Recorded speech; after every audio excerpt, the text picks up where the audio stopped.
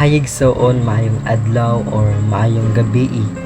Another day and opportunity nga makashare ko sa pulong sa Ginoo sa imo karon. And kini nga pulong no sama sa akong giingon dati sa mga previous videos nako, bililhon ang pulong sa Ginoo and maka-encourage, maga-comfort, magadasig ang pulong sa Ginoo. And ang akong i-share sa inyo karon makita sa Matthew chapter 9 verse 29. Ana siya diri nga unya gihikap ni Jesus ang ilang mga mata ug miingon, mamaayo kamo sumala sa inyong pagtuo. But before ako na i-share ang kanang verse sa 29, ato sa kanang studyhan kung unsa ang main passages ani. Ang kanang main passages ani naga hisgot about sa kanang pag-ayo ni Jesus sa duha ka buta. No, samtang bibiya si Jesus or samtang milakaw si Jesus, no, naay mosunod sa iya nga duha ka tao nga buta.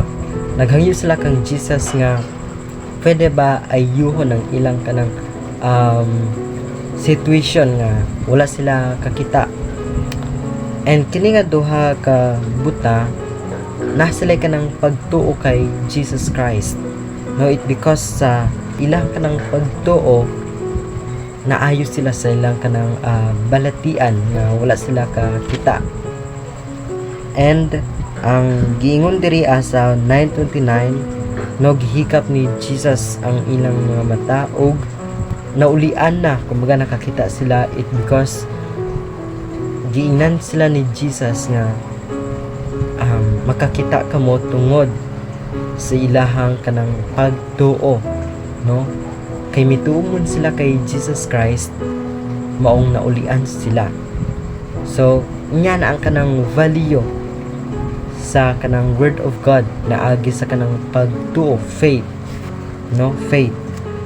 And kini nga scriptures kung atong kanang i-relate sa atong kinabuhi, no, kanang dako kay siya kanang impact or dako kay siya kanang value nga pwede nato matun-an. It because sa kini nga scriptures kung paano giayo ni Jesus Christ ang duha ka buta nga wala sila kakita. Imagine that kung nakita ko nimo karon no sa video ngingani kumbaga wala sila kakita.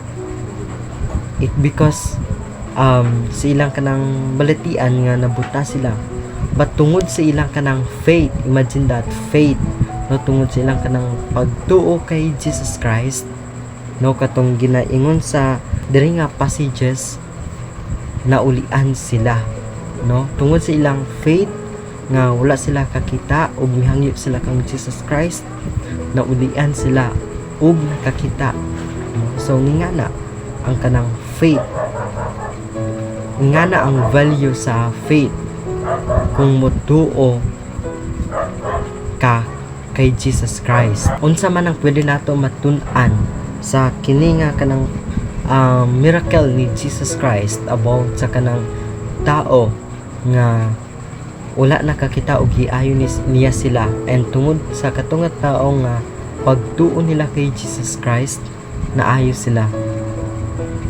Kung atong i-reflect sa atong kinabuhi, ang pinaka-importante ang atong pagtuo kay Jesus Christ, no, even man ang atong situation karon nga bisan dili man ta kanang bulag or dili man ta kanang buta, no, but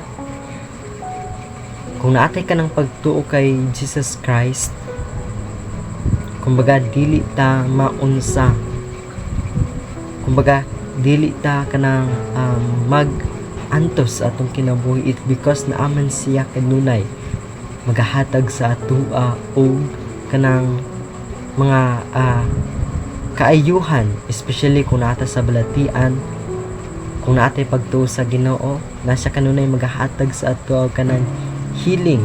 And kung naata sa kanang situation nga dili makaya or dili masulbad sa tao ang ato ang kanang gikinahanglan, dili lamang about sa financial but also about sa ato ang kanang physical nga mga balatian, no, nasya kanunay maga support o kanang miracle para maulian ta. So nga na ang kanang value sa kanang pagtuo nga pwede nato matun-an sa kini nga kanang healing ni Jesus Christ and miracle ni Jesus Christ sa duha ka tawo nga wala nakakita. In short, buta sila, but tungod sa kanang pagtuon nila sa Ginoo na ulian sila or naayo sila. And ang importante sa atong kinabuhi, faith. Isentro nato ang atong kanang kinabuhi na agi sa pagtuo sa Ginoo.